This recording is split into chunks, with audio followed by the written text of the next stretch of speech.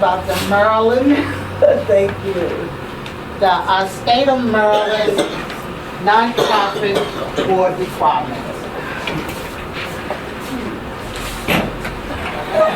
Good morning, everyone. Good morning. I'm so excited to be here. Yes. I'm glad to be here with my family this morning. I'm especially happy that, as Reverend Evelyn presented, that the UFPL is so in alignment with nonprofit law and nonprofit regulations and rules, in perfect alignment. And so to talk about the state requirements, you have already set the stage for the Maryland requirements for a nonprofit. You can always tell the health and wellness of an organization based on its board of directors. The health, the wealth, and how an organization presents itself is determined by the collective consciousness of the board of directors. And so a lot of people don't really grasp the whole importance of that collective consciousness. And so though the board is a legal entity, and it is a group of people who legally and morally are charged with the responsibility to govern an organization.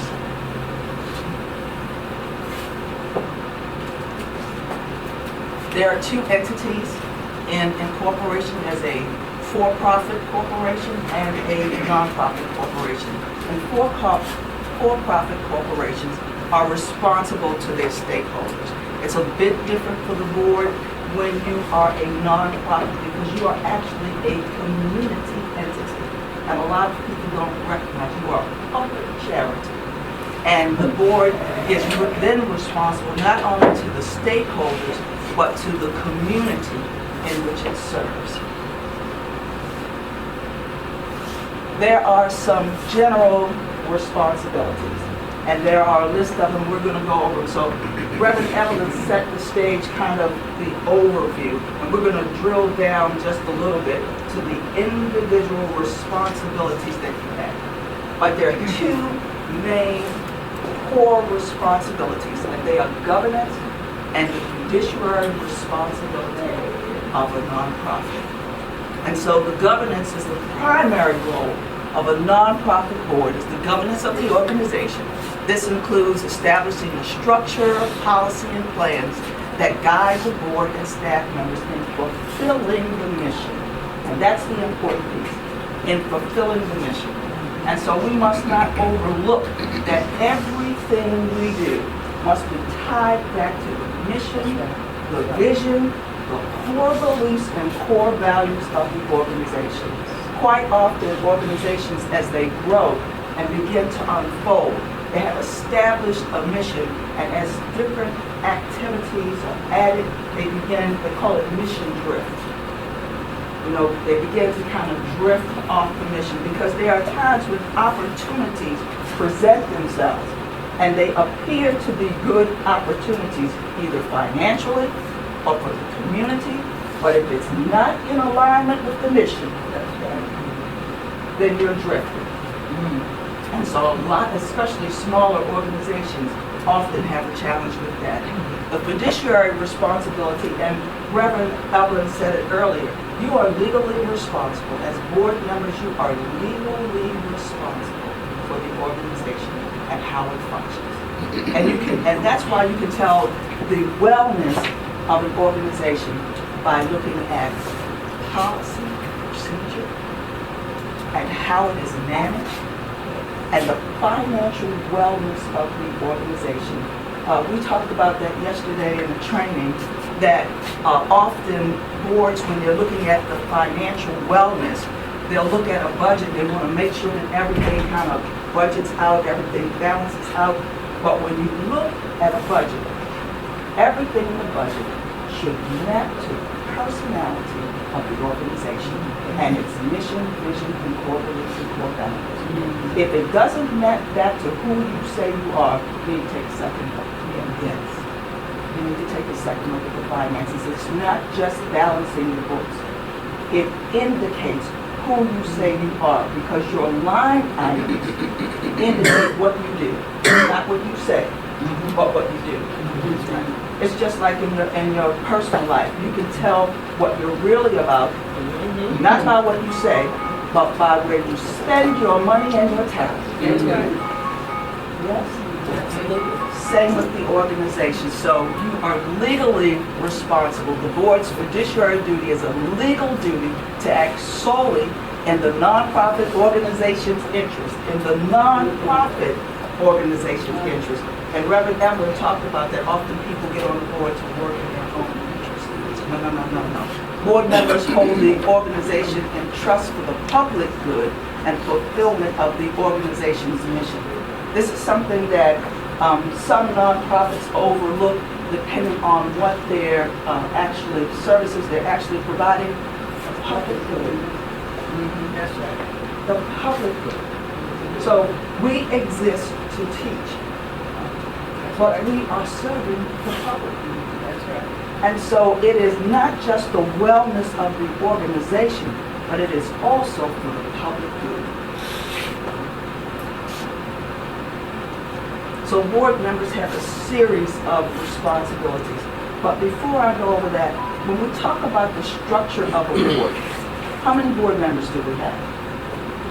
9. Each board member has a sphere of influence.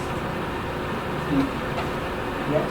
Yes. You have friends, you have family, you have co-workers. That's a sphere of influence. Right? And so when you look at the board, the way you compose the board, you want to make sure that you have multiple spheres of influence.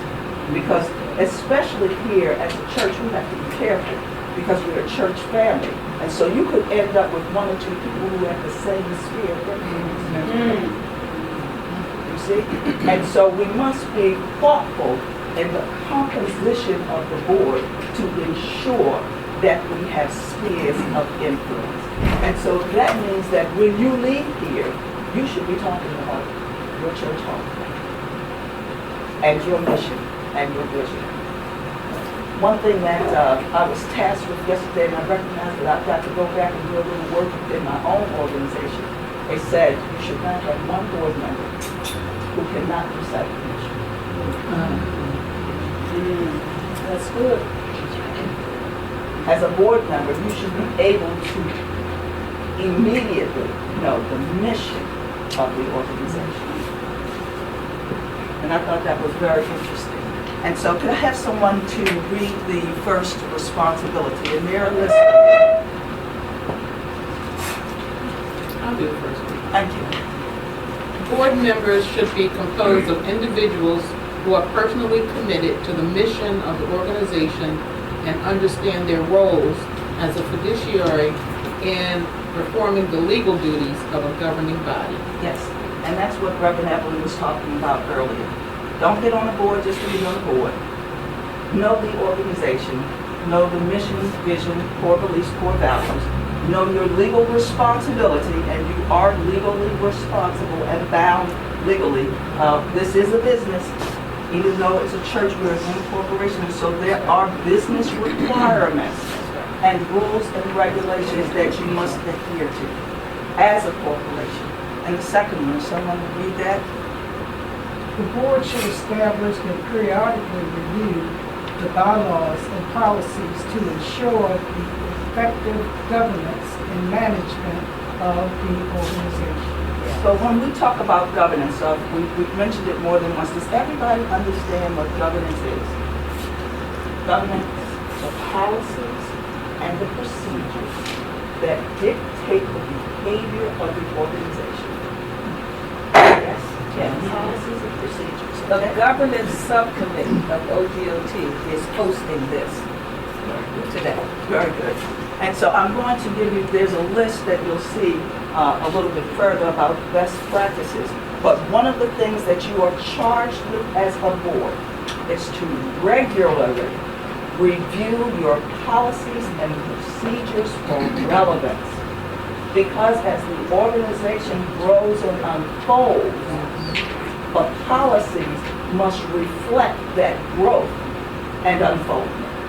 Because if you wrote a policy 10 years ago, and now the organization is doing different things, and you have not reviewed that policy, how do you know it's still relevant? That's good. How do you know that there aren't aspects? Maybe you don't have to change the whole policy, but maybe there are aspects of the policy that should be updated to make sure that it reflects what is currently going on in the organization. Even the bylaws, even the mission, everything periodically should be reviewed for relevance. And that is a board responsibility. It's, okay. Someone could read the next one for you. The board is responsible for its own operations, including periodic evaluation of its own performance. Yes. Because the board, and generally boards do it annually, where there is a self-assessment of the board individual, not just the board, but as an individual, you should assess and evaluate yourself. Then assess and evaluate the board and its performance on a regular basis. Take a look at it, and I have some forms. If you don't currently do it, I have documents for it, Okay, thank you. so that you can assess yourself and get suggested. We've not been doing it regularly, but our bank requires it when we get Yes. ready to refinance the building. There's a board assessment, self-assessment that we require. Yes, and generally, most boards just do the overall board assessment, but there is an individual assessment, and you also should be assessing the CEO. Yes, That is your responsibility. yes. Is that done annually? It's suggested, that's a best practice, it's suggested that it's done. Could you email that to me, please? I certainly will. And I will provide a standards guide over the church, Yes. which is for you. Yes, yes, yes. And I've also, so that you can make copies, and I will send it electronically, Okay. board responsibilities. Oh, excellent. Thank you. And then at the back, these are all of the assessments that Okay. are suggested. Excellent, and required. excellent. Could Thank you. somebody make a copy for me before I leave? Okay. Okay. You know, the Eastern Star and Jerusalem Port Daughters, they do it annually. Right. And that, like I said, that's a best practice. That's a suggested best practice. It's not required. It's required that you do it regularly, the language, but the best practice is that you do it annually. Okay? Go with the bylaws and, It's suggested. yes, It really is, because things do change. things do change. Things do change, and laws are changing, regulations are changing, and it is the responsibility of the organization and the board of directors to know the changes, the legal changes. And for instance, I'll give you one that people don't think about often, but the records retention. Just recently, the number of years and laws has changed. Actually, they just told us yesterday, I have it in my packet, I'll have to look for it to make sure you have it. That recently has changed.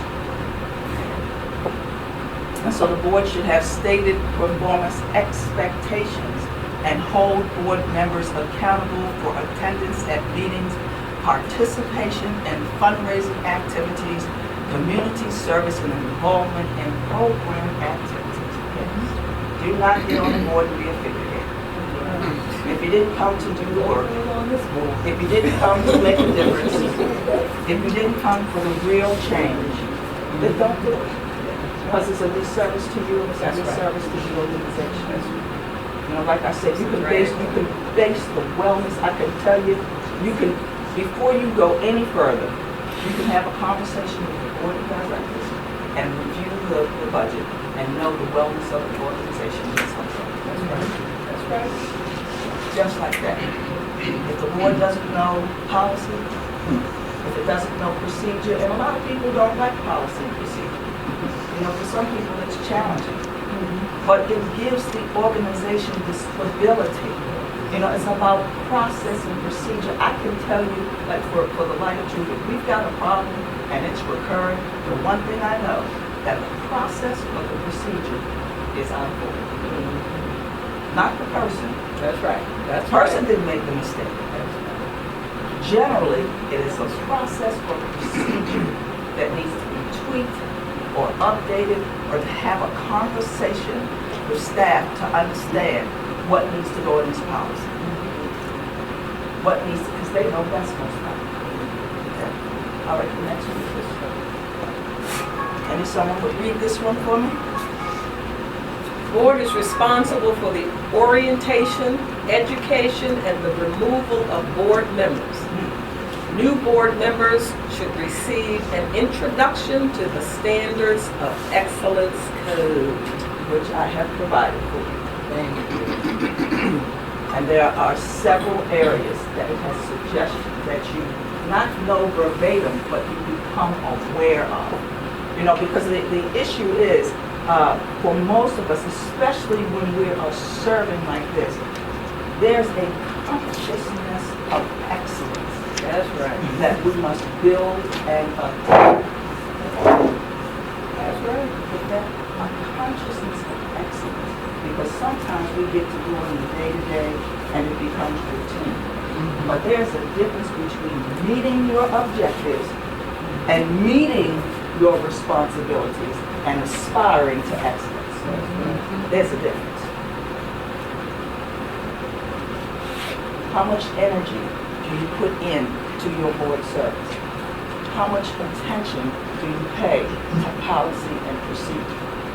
How well do you know what's expected of you and when it's expected of you? And when you don't know, because it's okay not to know, but do you know how to get the information where you're going to get it? It's all right, but do you know? And will you take the initiative to raise yourself to that level of consciousness of excellence, to aspire to be the best, to aspire to raise up through your collective consciousness that work which we do, which is so important.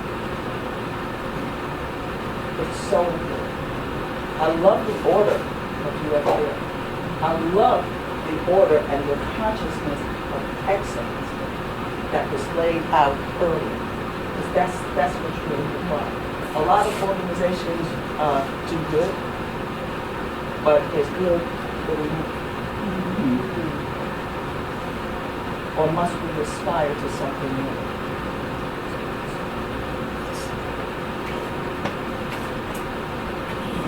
The board should meet frequently as needed to fully and adequately conduct the business of the organization. Some organizations meet monthly, some meet annually, some meet quarterly. It depends on the size of the organization, it depends on what they're doing, and it depends on the needs, the relevance of the work. Some organizations, when they're beginning, will meet monthly, and then as they grow, and as they feel as though they've kind of got things going, and they understand, then they will go to a quarterly schedule. So it's up to the organization. Somebody read this for me? Board agendas should be strategically structured around decision-making in a way that facilitates efficient, effective, and engaging meetings.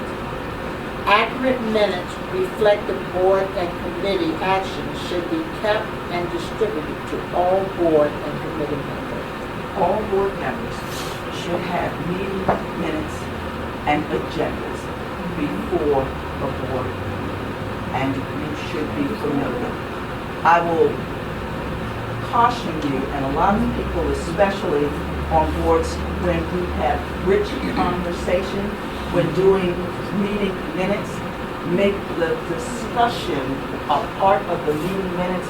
It should not be a part of the meeting. I will caution you not to do that. Because like Reverend Evelyn said, they are a matter of legal. There are some conversations that should not, that don't belong on the record. You know, when you're going back and forth, you've got pros, you've got cons, and you're having a discussion so you can determine, is this something we really want to do, or maybe we really shouldn't do that. The conversation. And when the Lighted Precinct went to our cost review, that was one of the things we were cautioned about. They read something that said, I'll put that in the record. have this as a matter of the conversation, what it's about, the decision, who voted, you know, maybe you might have a pro and a con, but that's about it. You know, the conversation, the back and forth, you know, down, not really don't need that. The agenda, a lot of times, for board meetings, we create agendas, just a typical outline, you know, new business, old business, that's an old paradigm. Actually, the agenda should be relevant to what is going on right now and what will take place in the meeting, and it should be done in a strategic way. What are your strategic goals? That should be reflected in the minutes. That should be the conversation. That should be a part of the agenda. Make sense? Yeah. Are there any templates or stuff like that available, or Templates? things that we could look to you to kind of create something? Oh, you guys are blessed. I just got a little, what do you call it, USB? Every sample you could ever imagine. Awesome. And every template you could imagine from a legal standpoint. And so, yes, they are available to you. I will make sure that they'll be available to you on request. Committees, a lot of nonprofits overlook the power of committees. You know, and it is often that you find that one person is very active on the board. The people who are extremely active and those who are dedicated have an opportunity to engage and bring other people into the fold that may not be on the board to create committees to get the work done. That is a sphere of influence that extends the reach and arm and ability to do work with the board. Thank you. Yes. Yeah, oh yeah, we say that. I have a question. We just have to learn to practice it as a best practice. Yes, as a best practice, yes. Now, when you have committees, the committee should be headed by someone on the board, is that correct? That is suggested. What happened, oh, it's a suggestion, it's not legal or illegal or what have you not to have that, It's not illegal, but it's a best practice. it's best practice. It's best Okay. practice, yes. Diversity. This is what really kind of filters out the sphere of influence. I'll say that over and over because it's so important. The old paradigm for diversity on boards was about gender and race, inclusion and equity. The new paradigm is about what needs to be filled, what role needs to be filled. Do you need somebody in finance? Do you need somebody who strategically thinks?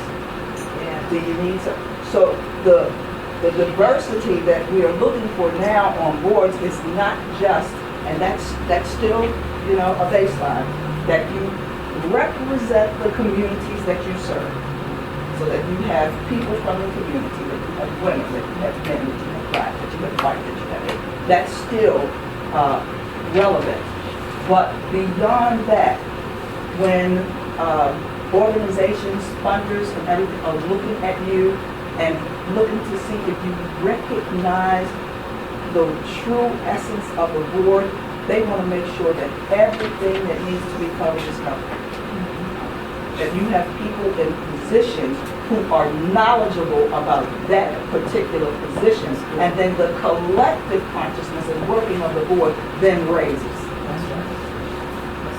Where you don't have to figure out, oh, I'm the treasurer, but I don't know anything about finances, and yep, I'm going to learn how to read this one document, and I'm going to be able to duplicate that and read that off to the board. It has no intentionality if you do that. And it slows down the progress. Yes.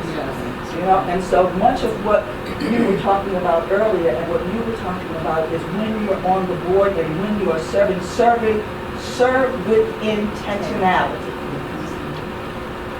When you are tithing, it makes no difference if you are not tithing with intentionality. That's right. When you're serving, if you are not serving with intentionality, don't serve. Really. You know, because it just creates a different energy.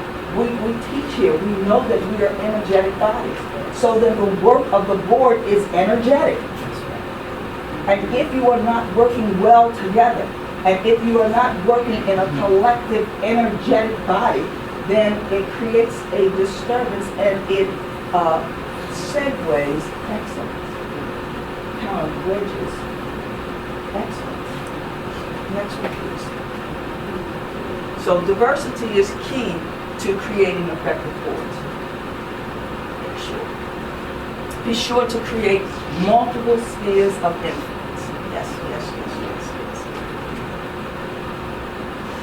So, under well-established principles of nonprofit corporation law, a board member must meet certain standards of conduct and intention in carrying out his or her responsibilities to the organization. These standards are usually described as duty of care, duty of loyalty, and duty of obedience. Duty of care describes the level of competence that is expected of a board member. Learn your organization, learn your rules, regulations, bylaws, take the time. That means that a board member owes the duty to exercise reasonable care in making a decision. If you don't know the organization, if you don't know where you're going, if you don't know what your strategic goals are, if you have not reviewed your strategic plan, then how do you make good decisions when you're voting? When you're bringing an issue to the board to think about. Okay. Duty of loyalty is a standard of faithfulness. A board member must give undivided allegiance when making decisions affecting the organization. So if you're on the board, and we talked about conflicts of interest, and people are bringing something and you have an idea or you know a little something about it or you have an inside look, when you decide, when you vote, your allegiance is to the organization and the board on which you serve. And to put it on the table if you're aware of something that the other people are obviously not aware of. Right? Right. And that's called, that's actually a document that I will provide to the organization, and it's called disclosure. That's right, disclosure. That's right. Period. Disclosure. But it's a little document. And duty of obedience requires board members to be faithful to the organization's mission. That's why in the training that we had yesterday, I said it is so important to know the mission so that you can be sure that your actions are in alignment. Board members must not act in a way that is inconsistent with the goals of the organization. Who do we say we are? And are we in alignment with who we say we are? When we speak our mission, when we read our vision that's on our bulletin, is that who we are as a board? Is that the conversation that the board is having? Because if it's having any other conversation, then the board's out of alignment with the beliefs of the organization and UFPI.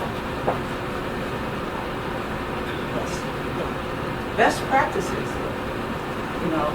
New board members should complete an orientation process and not being handed a document and said, here, these are our policies, procedures, go home and read this, sign the associated forms and get back to us and you are now oriented. No. It is important during orientation for board members to come to understand the personality of the organization, its strategic goals, and its beliefs. We talked briefly about this already. Prepare structured, adequate meeting minutes. Critical. Ongoing board development. Don't get there, sit there, think you got this, got that. No. Forums like this for a board is critical. It should be ongoing. It doesn't have to be annually, but it should be ongoing. There's always something to learn. Nonprofit law is always changing. Policies are changing, procedures are changing, many, many things. You gotta stay on top of it. So we need ongoing board development. Board should complete an individual board member assessment annually. That's a suggestion, strongly suggested. Board should complete a board assessment. We talked about that. Board should complete an evaluation of the executive director. How do you know what you're doing? How do you know you're in alignment? Board should review organizational policy annually for relevance. And there is a suggested list that I will also provide for you. Okay. Of what documents it is suggested that the board review annually. Thank you. Major responsibilities, if somebody would just read and just go right around the room, please determine the. Go ahead. Serve the organization's mission and purpose. Yes, you're responsible. Select the executive. Support the executive and review his or her performance. Yep. Ensure effective organizational planning and assist in influencing the plan's goals. Ensure adequate resources. Manage resources effectively. Determine and monitor the organization programs and services. Enhance the organization's public image. Serve as a court of appeal. Assess its own performance. Finally,